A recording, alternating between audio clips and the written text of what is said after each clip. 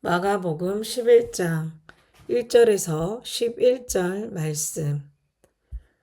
예수님 일행이 예루살렘에 가까이 곧 올리브산의 기슭에 있는 벳바게와 베다니에 가까이 이르렀을 때이다. 예수님이 자신의 제자 가운데 2명에게 일을 맡겨 보내신다. 그러면서 그들에게 말씀하신다. 그대들 맞은편 마을로 가세요. 그리로 들어가서 보면 곧바로 어린 나귀 한 마리가 매여 있는 것이 눈에 띌 겁니다. 아직까지 어떤 사람도 탄 적이 없는 나귀예요. 그 나귀를 풀어서 끌고 오세요.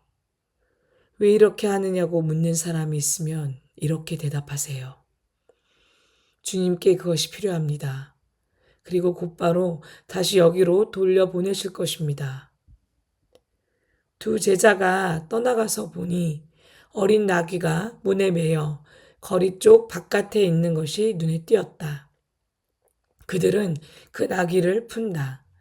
그러자 거기에 서 있던 사람들 가운데 어떤 사람들이 물었다. 어린 나귀를 풀어서 뭘 하려는 거요? 2 제자는 예수님이 말씀해 주신 대로 대답했다. 그러자 사람들은 2 제자를 내버려 두었다. 2 제자는 어린 나귀를 예수님께로 끌고 와서 그 위에 자기들의 겉옷을 펴놓는다. 그러자 예수님이 그 위에 앉으셨다. 많은 사람들이 겉옷을 벗어 길에 쭉 펴놓았다. 다른 사람들은 들에서 잎이 무성한 나뭇가지들을 꺾어다가 그렇게 했다. 그리고 앞서가는 사람들도 뒤따르는 사람들도 소리쳤다. 호산나 찬양 받으시기를 주님의 이름으로 오시는 분이 찬양받기를 오는 나라 우리 조상 다윗의 나라가 호산나 더없이 높은 곳에서. 그리고 예수님이 예루살렘 성전에 들어가셨다. 모든 것을 두루 살펴보시고는 시간이 이미 늦었으므로 12과 함께 베다니로 나가셨다. 아멘. 샬롬, 좋은 아침입니다. 오늘도 역사와 맥락으로 말씀을 묵상하고 하나님께 나아가는 우리 서로님들을 축복합니다. 오늘은 마가복음 56번째 시간입니다. 순환의 시작이라는 주제로 함께 본문 말씀을 묵상해 보려고 합니다. 사실 마가는요, 예수님의 사역 처음부터 순환을 예고하고 있어요. 그분이 하시는 일이 회당 지도자들, 유대 종교 지도자들을 불편하게 했거든요. 그들은 예수를 신뢰하지 않았습니다. 예수님을 불신하는 것뿐만 아니라 몹시 미워했다는 포인트들이 구석구석에 배치되어 있어요. 근데 이제 본격적으로 예수님이 순환을 당하게 되는 때를 이제 마가는 이야기를 풀어나가고 있는데요. 예루살렘에 입성하시는 내용을 오늘 본문은 다루고 있습니다. 마가복음은 크게 세 부분으로 나눠서 이해할 수가 있어요.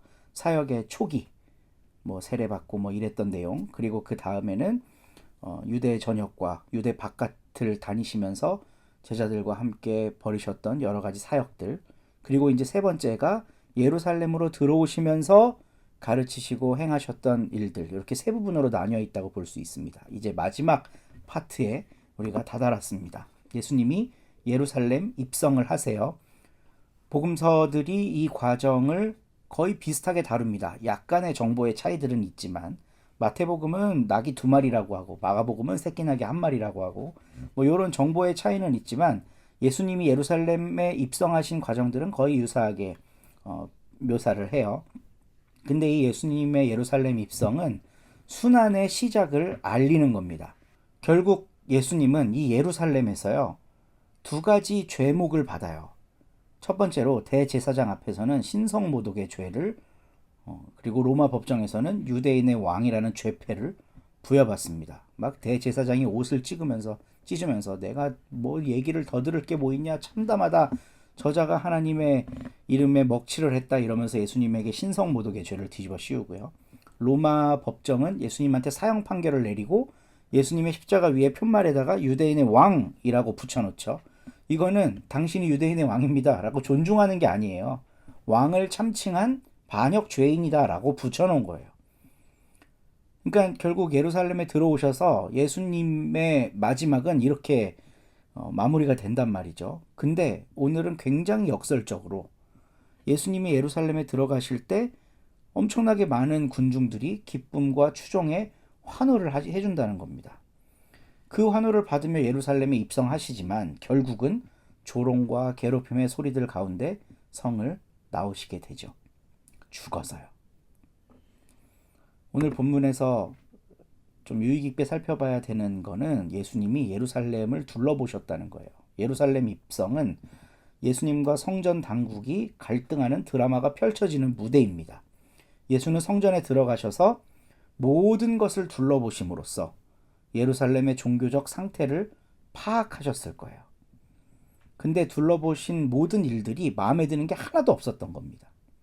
그건 이후에 펼쳐지는 이야기들 속에서 명백해지는데요. 열매 맺지 못하는 무화과나무 저주하시고 성전 내에서 막 장사하는 사람 둘러엎고 쫓아내고 이러시고 성전 당국자들과 종교적 관행들을 비판하시고 마지막으로는 이 성전 멸망할 거다라고 예고를 하세요. 그러니까 예루살렘을 쭉 둘러보니 하나님의 뜻에 맞는 게 하나도 없는 종교 도시인 거예요. 그래서 예수님은 결국 예루살렘의 멸망을 예고하시고 이 모든 말씀과 행동들은 성전 당국자들의 엄청난 저항에 부딪히면서 결국 예수님이 고난받으시는 걸로 귀결되는 거죠. 그러니까 우리는 예수님의 예루살렘 입성이 호산나 다윗의 자손이여 찬송받을지어다 막 이런 영광에 도취되어 있는 상태만 인식하고 머물러 있으면 안 되는 거예요. 사실 그 예루살렘 입성은 고난의 서막입니다.